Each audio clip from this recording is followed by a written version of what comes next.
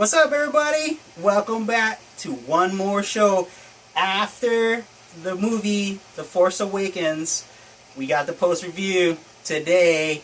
We'll tell you how it was and everything. So big spoiler alerts. But before we get to that, we've got a beer for our new review. But before we get to that beer as well, we want to wish everybody a Merry Christmas. Merry Christmas. And a Happy New Year's. And a Happy New Year. And we're still wearing the Star Wars t-shirt. Yeah. Thanks for all the Christmas gifts, everybody, and everything, and all the likes. Appreciate it.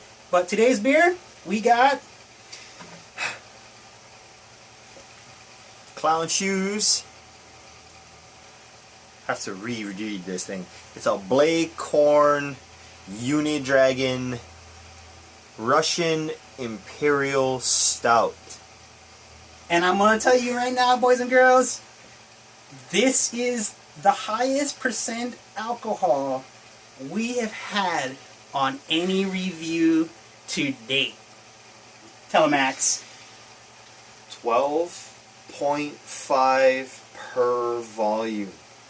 12.5 alcohol. I don't know if I'm ready for that. That's crazy. And here's the funny thing is, we did another review on the last Hobbit beer. It was the Smog Stout. Yep. That was a 10%. We didn't get it to save, so I'm sorry. We'll have to redo that review. But I will tell you right now, this is the second beer that has a dragon on it, and it's higher percentage than the Stout Smog. Is it better? We'll find out. Welcome to the dark side. So let's do what we do and do some beer reviews. Oh, there's a few more things on my shelf, if you notice, from the Christmas time. We got some more Star Wars stuff. But thanks again to everybody. Woo! And thanks for all your likes and the props. We got some new glasses, because we kept hearing that our glasses are kind of off, but take a gander at our new glasses. You know it. Oh yeah. It's a bottle in a glass, and it's all glass. Oh, amazing. Awesome. Very nice color, guys. This is an Imperial Stout. Dude, this got a nice head. Thick head. Hell yeah. I mean, I'm enjoying it. I'm not a stout lover myself, but of all the stouts I've drinking, this looks amazing. This looks more like a Jedi stout, actually. Screw that. Welcome to the dark side. So let's give it a smell. Ooh, that's a nice smell. Very Force nice is strong smell. with this one. Force is strong. This is the beer you're looking for. Wow. I don't know. It's the typical stout smell, but sweet. Sweet, smooth. It has a very pleasant smell too. Yes, it does. It does. Like it's like calling you to drink it. Calling you to drink it. Not say, wow, we're out there, we're mean and we're bad, so sorry to say it, we ain't gonna drink it. But this one does that. It's an appealing smell. Very appealing smell. Alright, let's try. Let's try drink it.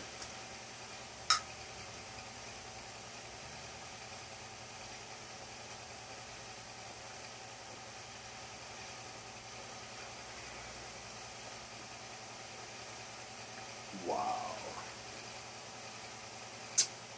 Wow. Wow. Wow. That is a nice beer. Balecorn Dragon. Yep. Russian Imperial Stout. Wow. It is strong with the dark side of the Force. Yeah. I don't know. It has a Jedi feel to it, but like it's smooth. It's tasty. I mean, it's like your Imperial Stouts, like your Samuel Smith was Imperial nice. Stout as well. That was nice as well. But wow, these clown shoes, man. I'm impressed. Hey, don't be fooled by the name. Yeah. Okay. It's good. I'm impressed. It's really good. It has a actual picture of like a unicorn dragon. Yeah. Kind of weird.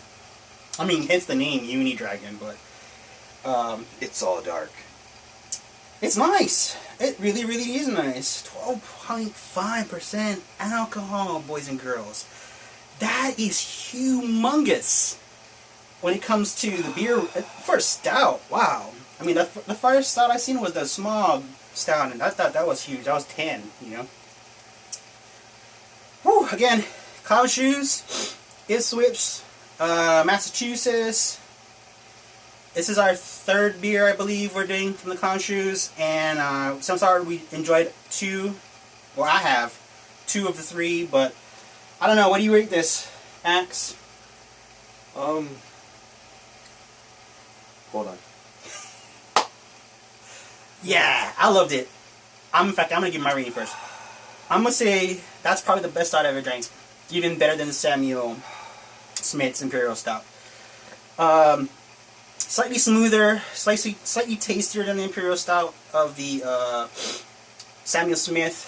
Not very roasty, coffee flavoring that normal stouts usually have. It has a more freer sweetness of a stout. It does have that, you know, that bitter taste of stouts, but not that overly coffee feel. Yeah. Or that overly chocolatey feel. Definitely. More of a sweeter, nutty. I think it has a nutty, slightly roasted taste. Hefeweizen, nuttier scent to it, but not that type of taste or feel. And it's not heavy. It doesn't have, excuse me, your standard heavy stout feel. This thing is actually really nice. Pretty soon we'll have to take a freaking lightsaber and cross that shirt out. But I will say I actually enjoyed it. Nice smell, pleasant taste. What's the price? This beer, unfortunately, people, it is about $12 a bottle. Ooh.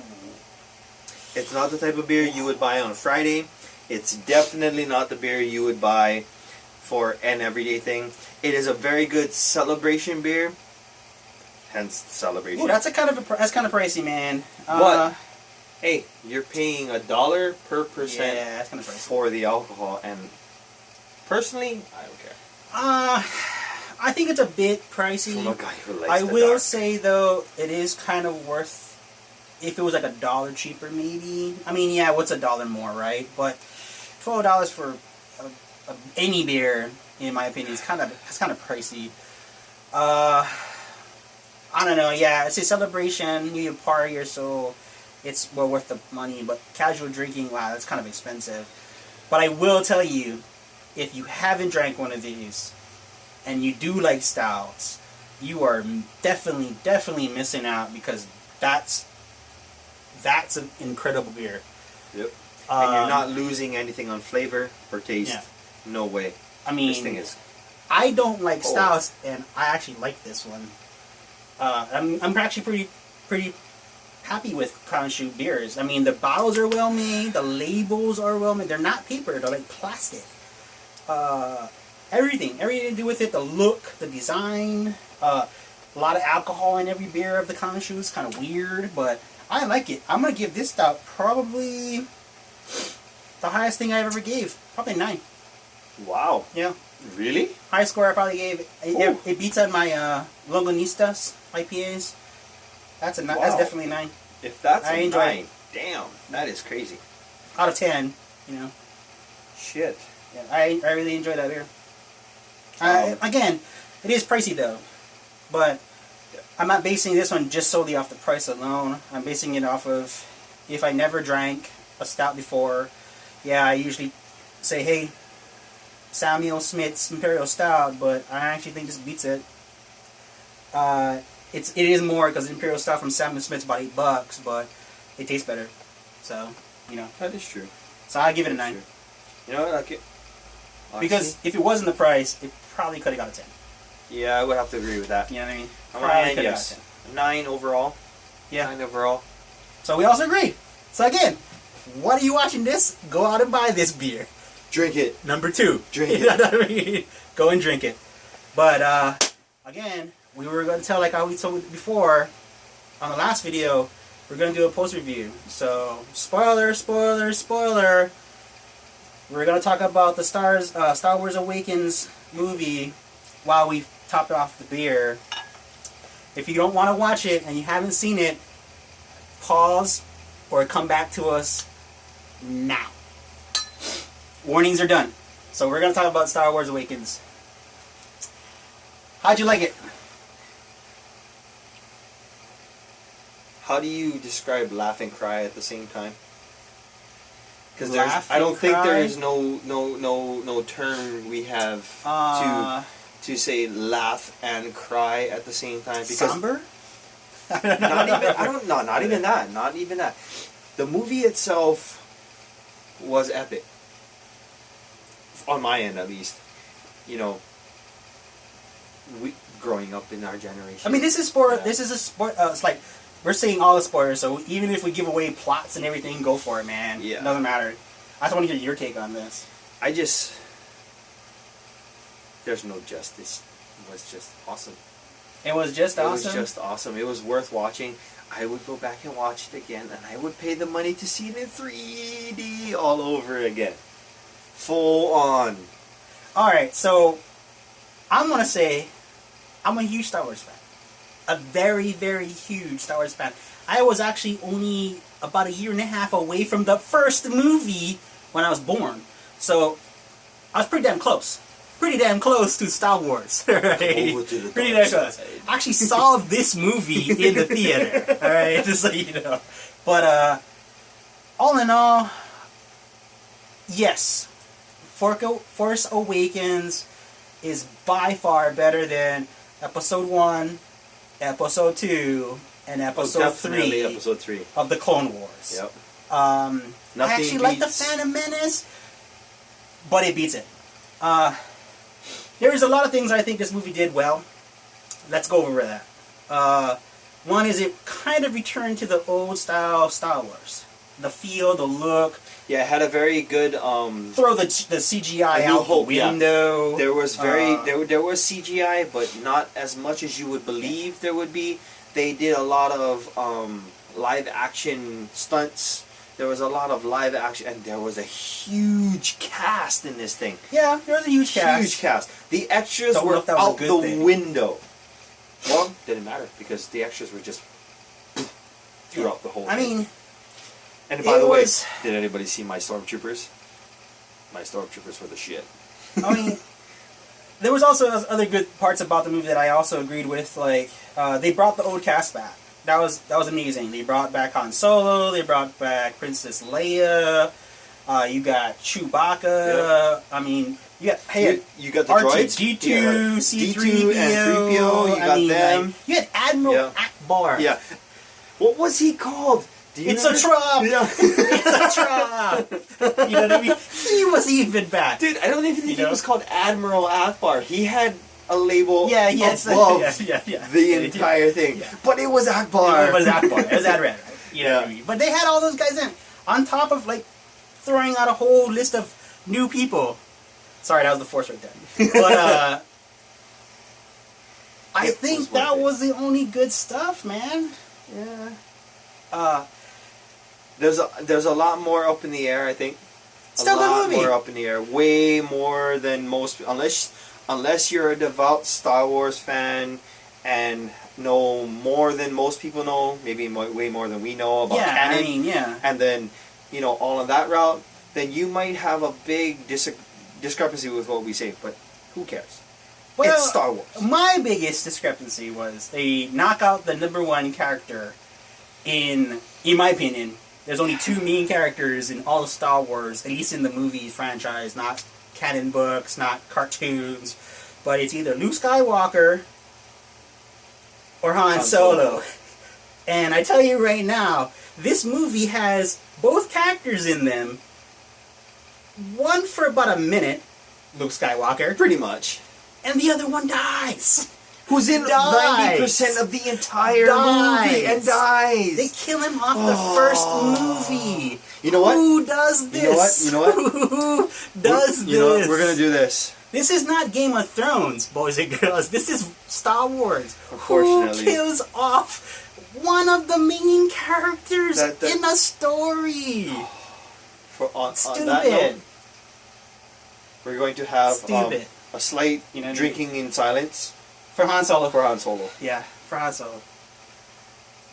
Best smuggler and best pilot in the world. Of the universe. Understands droid and Wookiee. And Wookiee. And Wookiee. Which is just Ewok backwards, by the way. bigger Ewoks. Solo. To Solo.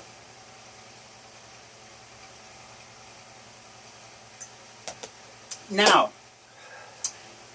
number 2 gripe I have with this movie. Again, if you have still been watching this and you're being pleasantly disappointed because you're like, you're spoiling the movie for me, I warned you. Your fault. I warned you. The dark side draws you in. Yeah. But the Jedi warned you, you know.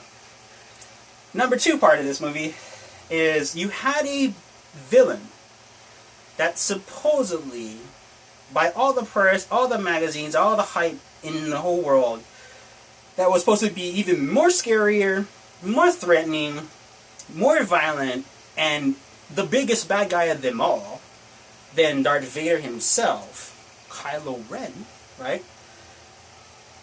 Was a big wuss. was a wuss. Sorry for my French. How are you supposed to be the most feared face or name in the entire galaxy and get your ass whooped by 2 people who don't even know how to use the Force?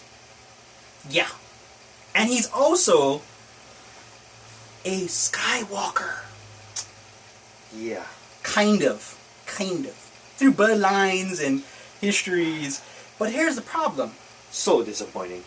He goes and meets the protagonist in the movie, which is Rey, which is the female Force user, somehow magically uses Force later in the movie, right?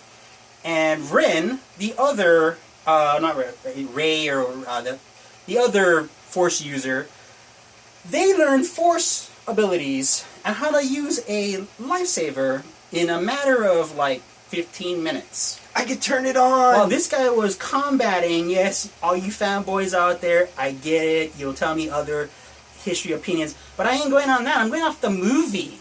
Just the movie here, guys. How does someone supposedly start off the movie where he could stop a pulse beam in mid-air? And hold it! Not time freeze time now. Hold it. Just hold the pulse beam of a laser beam. Hold right? it. Hold it in midair in a combat scene and gets his butt whooped by 2 non-Force users. Well, not only that. Yeah, look at that specific scene. That specific scene. The bolt comes through, holds it in mid-air, turns around, sends troopers to pick up the dude. Yeah. At the same time, is still holding on a conversation with his commander most of his troops. Force power I've ever seen in all of Star Wars. And has the ability to cut down a guy. All of Star Wars. Like, you know what with I mean? his lightsaber. And then gets his butt whooped by 2 non-Force users. What the hell? No, don't get me wrong. What I happened love there? the dark side. What happened there? You know what? Like, I could even surpass the fact that they should have began his training a long time ago. His helmet. I can pass that. Yeah, I get it. I would forgive that. But how do you take somebody who's supposed to be like the one and only dude in all of after the 6th movie, supposedly still has the Force, and get his butt whooped by someone who's never used the Force ever in her life? Ever. And some dude who just magically figured out he can turn the lightsaber on and fight with him for about 5 minutes. I'm gonna kill you with this thing. How is that possible?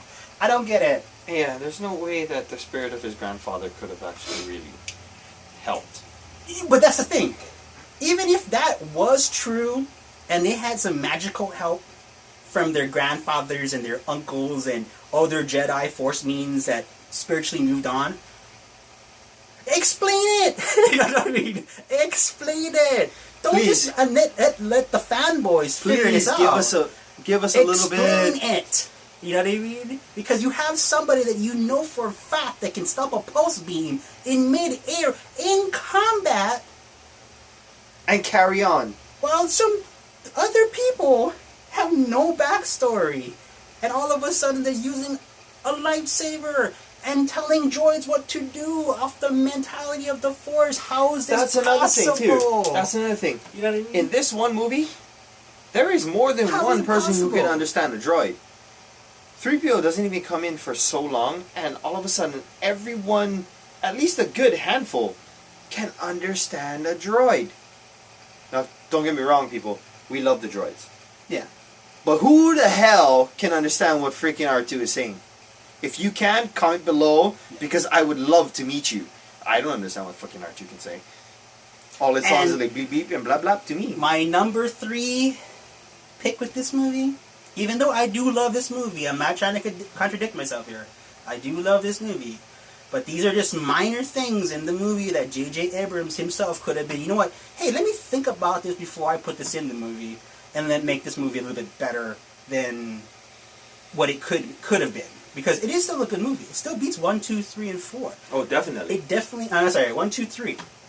It does not beat 4, 5, and 6, though. No, nobody can beat 4, 5, and 6. But the number 3 gripe I have with this movie is, how do you take Episode 4, The New Hope from Star Wars, and remake the entire movie from start to finish? And mixing in Jedi, unreal. Empire Strikes Back and the Jedi, Return of the Jedi. Because we had 2 Death Stars already in actually almost 6 movies. Pretty much. Even though 1, 2, and 3 didn't show a Death Star, you know they were creating it because it was still in creation in 1, 2, and 3. It took 6 of them for them to show 2. It took 1 to show something that was even larger than any of the Death Stars ever created. Yep. It was so powerful. It destroyed a solar system with 1 shot. Not a planet. A solar system. Blink your eyes and poof! Where was this in 4, 5, and 6? Why did they not bring this gun out? And it was unheard of. It was like, why would you make a Death Star that's 1 and 2 when you've got a Star Killer that's in 7 that can wipe out a whole solar system? I got an idea. I have an idea. That doesn't make sense. No, it doesn't, but I do have an idea. The dark side shrouds all. Yeah, I mean, but you gotta remember, okay, this is for the people who don't know Star Wars. We know Star Wars, so yeah, we get it. But for the person who's never actually even saw Episode 4, The New Hope, that is true. How do you explain this? All they hear is, oh yeah, there's the Death Star in Return of the Jedi. Very true, very true. There's a Death Star in Empire Strikes Back. Yeah. Actually, not really Strike Back, but The New Hope. How do you explain to somebody now you have something that's like 50 times huger and stronger than the original Death Star? That is very true. Where did it come from? Very, very You know what I mean? And why was it not used in 4, 5, or 6? Why would you say your best gun? You had an Emperor and their general, Darth Vader, die when they had a weapon that could massacre planets. But they didn't use it. Yeah. That makes no sense. It doesn't. No sense. But, besides the no sense of J.J. Abrams, because I tell you right now, he is famous for ruining a lot of movies. He does. It was still good. It was worth the watch. It was still good. I'll tell you this though. If anybody has, if you've gotten to this point of our video right now, I'll tell you this right now. Sorry guys, hopefully you haven't really let your little ones watch this. If they haven't seen any of the previous Star Wars and you want to have an a slight indoctrination to this movie, at least watch that movie. Yeah. Because remember, this movie will Hammer bring you. And I'm Axe. So I'm going to smash right through it. Yeah, I'm watching his crap too. So I'm just going to smash right through it. And I'm going to be honest with you about this movie. You know and it's a good thing, but straight up. But I do like it. Yeah, straight up though. Straight up. If none of you have ever had your children watch any Star Wars movie, and they've only watched the first 3 or maybe the first 1, it doesn't matter. This movie is the only movie they need to watch to understand, or at least have a little generalization of what's going on with this next movie. And it's kid friendly. They might like it better because, you know, lightsaber battle. Well, yep. I like Part 3, Return of the Jedi, because it was supposedly the finale of all the Star Wars. Right? Unless you get into canon with the books. But hence the reason why I like Return of the Jedi. I was actually born in the years of Return of the Jedi. So actually, we both were. Yeah, we were. You know, so that's why I like Return of the Jedi.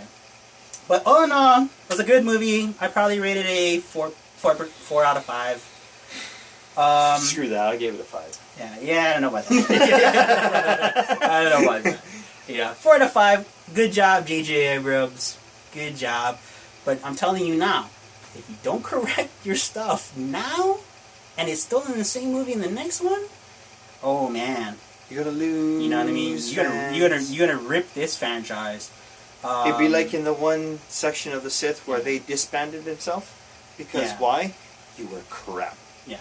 I mean, I like this movie, but correct it. Other than that, I'm Hammer.